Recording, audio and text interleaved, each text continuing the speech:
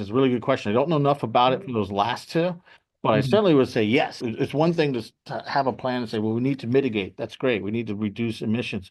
But some of these changes are underway, are not reversible, at least not on a short time scale. So mitigation now has to be aligned with adaptation or under one umbrella that. And Mhm. so investments in adaptation, wiser to make them now. The later you respond, the more expensive it gets. Investment in it now is good. It takes good planning. They're already thinking ahead.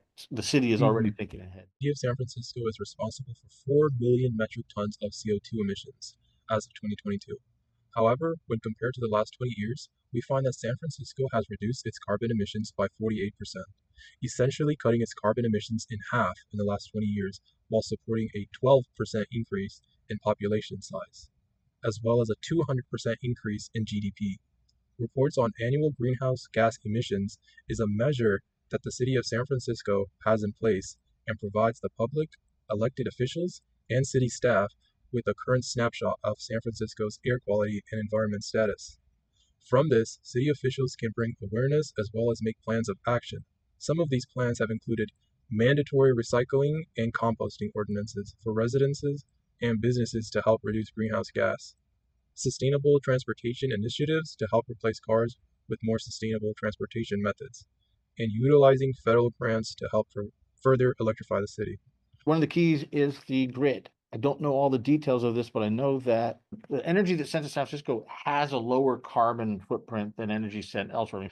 But I Mhm, think we would mhm. start with the grid decarbonization. We saw Yeah. California's emission decreasing, population increasing. We saw economy, its GSP increasing, and emissions decreasing to a lower GSP footprint. I'm going to guess also that San Francisco is a part of that. And then any other specific measures the city that has taken, Yeah. it could also be, well, actually, that's not true. I do know one is that the city is a really important part of what cities can do and why local jurisdictions are so important in climate change response, even with the lack of any kind of federal policy or any strong federal policy, is that cities Mhm. control zoning. The state doesn't Yeah. come in and say, except in certain cases, say, okay, you got to build this or build that. Cities control zoning, the planning department, building inspection. They're the ones who say what a structure should look like. And Mhm. structures are more efficient now. They're more energy efficient. There are new requirements that are going to eliminate natural gas in any new structures. I don't know if San Francisco's right there yet. San Jose has Mhm. a plan to do that. There are certain steps at that level can be taken to begin the decarbonization or the reduction of carbon. Mhm. I think the city also converted a lot of these older buses. There's some new electrical Oh, yeah, driven they with do.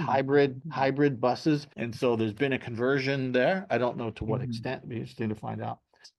Those are the steps, and they're more Mhm. aggressive steps to be taken. I personally, I'd like to, even though you have a gas stove, and I like my gas stove, why not eliminate all gas combustion? It's possible. Why not convert to electric across the board, and with the caveat that the grid is being decarbonized. As we Mhm. continue to move forward in the environmental preservation, new organizations are being developed to face these changes, yet don't get the support they need. And Jen, I'm gonna ask you this one too. I'm gonna ask my colleague this. Could you recommend a good website organization for a future environmentalist or concerned citizen to start learning and doing their part? I really like two.